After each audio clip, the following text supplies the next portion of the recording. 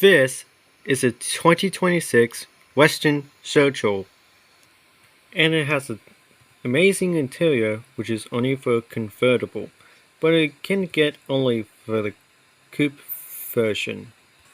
And it is very compact and a nice condition for the interior. And it has an amazing the digital dash, the infotainment, and a nice shifter. And what's the price? It costs us only $42,575 for this thing. But in an expensive version, which is like the GX1, costs us $95,995 for extra. And unfortunately for 2021 to 2025, the Sergal for this model was discontinued for reasons. In the interior, it is very posh. It has the infotainment and the digital dash, which only has CarPlay and Android Auto. The design for me, it looks very impressive. It has a nice spoiler, not bad. It has an antenna, and overall it looks perfect. Like, not gonna lie, but you could tell I bought all the trims for convertible only, but it is very expensive to own. But I have so many cars. When I'm done, I have to sell it back to the roadmap, and that will be it. And it has an incredible brake light, you could tell, and it has a nice turn signal. And the first, it pokes out with this thing. When you turn on the lights, it is going to be very detailed.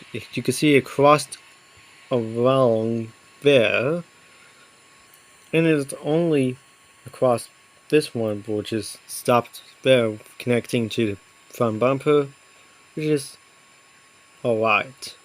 The interior, it is very enormous. You can tell it has a nice center consoles, which is for plugging in anything. I don't know. It has a cigarette adapter there, and it has a USB for plugging in to CarPlay and Android Auto, and one USB-A and USB-C.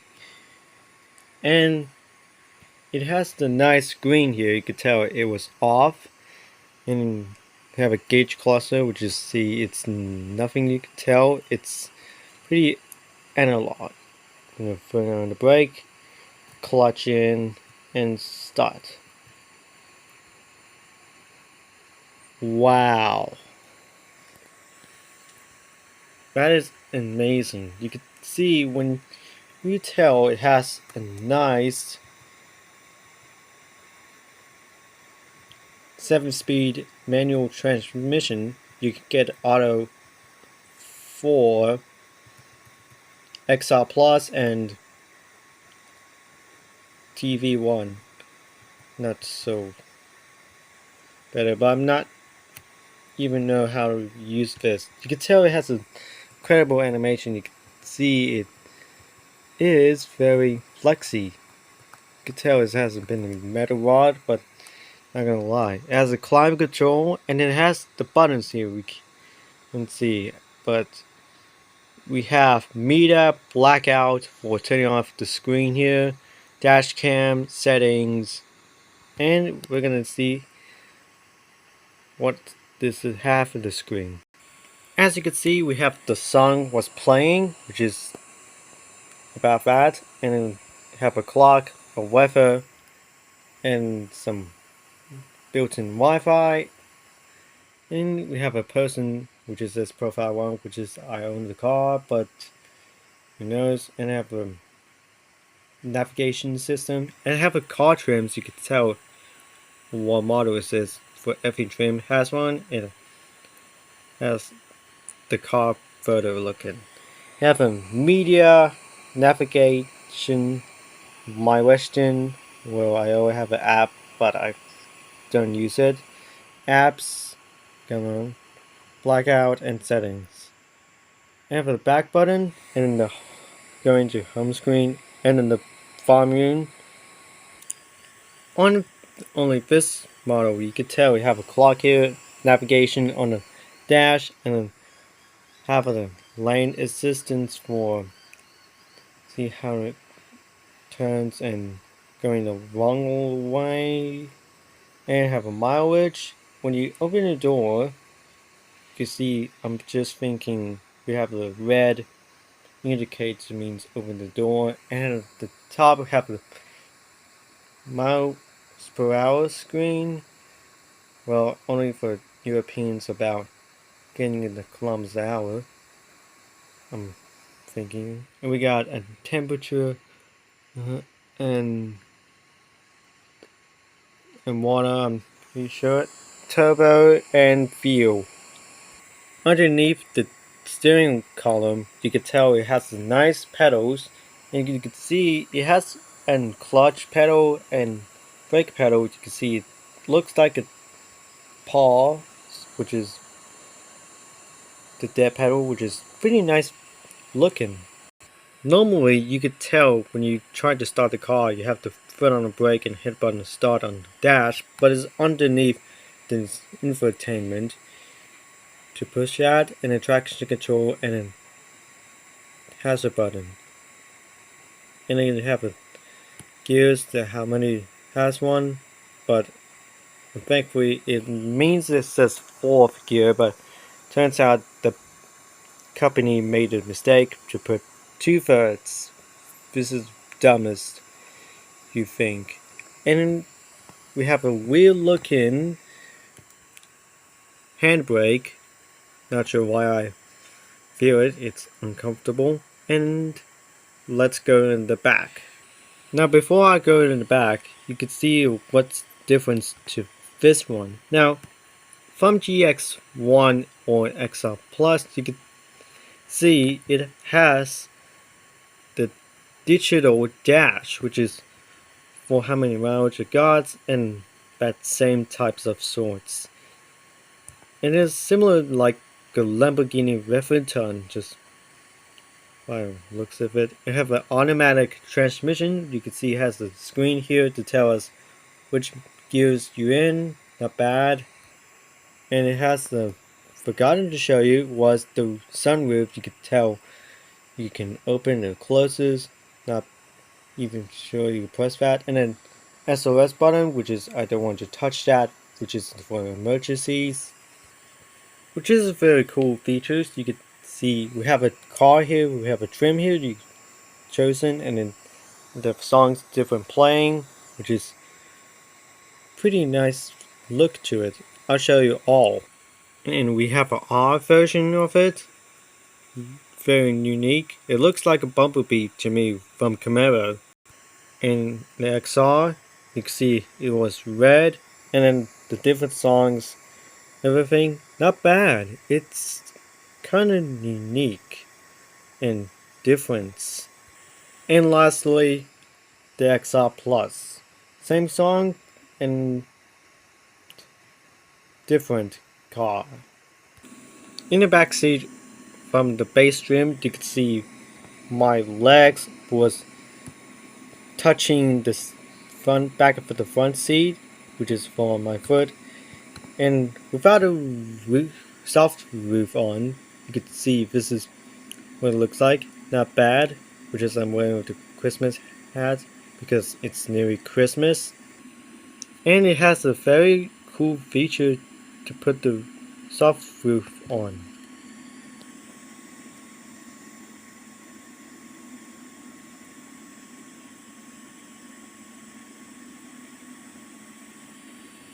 How cool is that?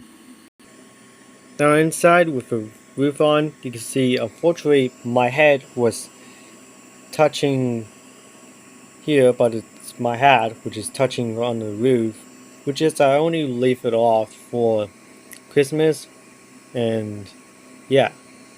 And you're probably thinking, what does the sound of an unlock and lock sound? Well, oh, can't hear it. Just listen.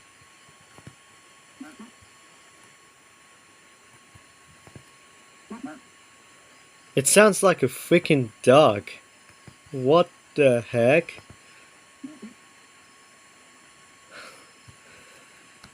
And here's one of the mirrors when I try to fold close. And folds back. Not bad. Now here's the sound of a turn signal.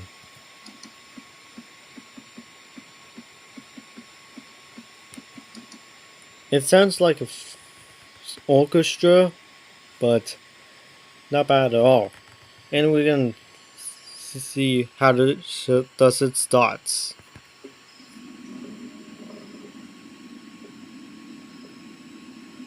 And the ref.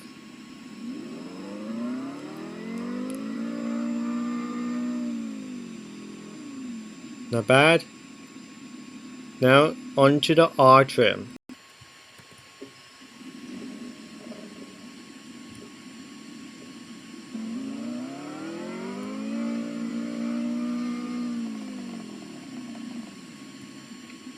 You can hear that was the backfire.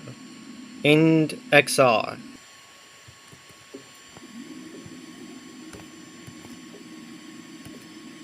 Pretty quiet.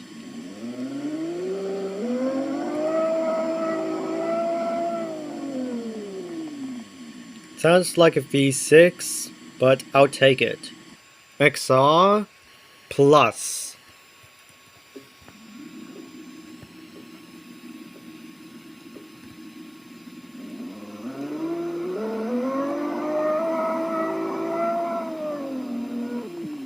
And can't forget about how the horn sounds. And the best trim I owned was the GX1, my car. Wow. It has a nice spoiler and a nice art.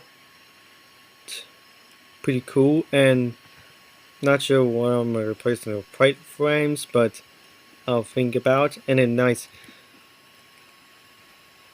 from a roof supports and some 2 bass speakers. Anyways, let's how it starts.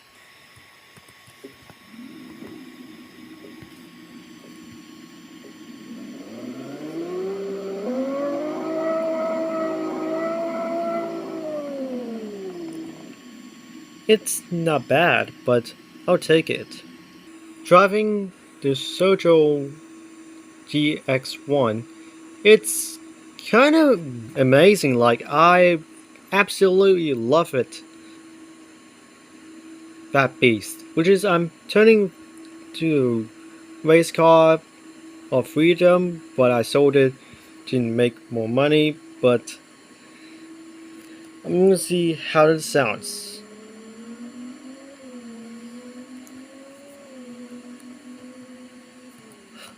Not bad. Oh, I crashed. But not to worry.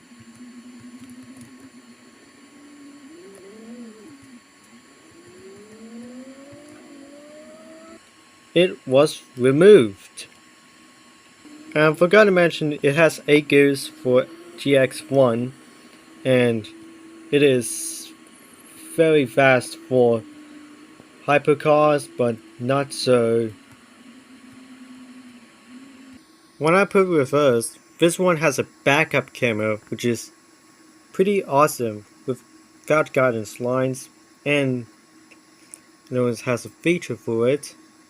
It is the best car for all time. Forgot to mention, you can see it's this dash cam. When you press on, it goes to the dash cam mode. Pretty cool, huh? And I'm gonna test to see the automatic emergency braking works, but only this one. But you could do all cars for this trim. But I will check.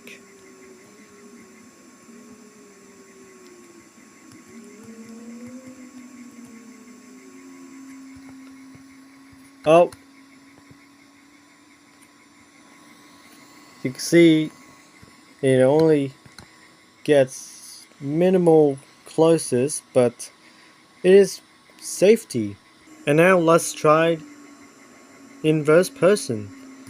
It does feel like I'm gonna have hands for it, but I always found out I use zoom out a little bit more. You can see if this is gonna be.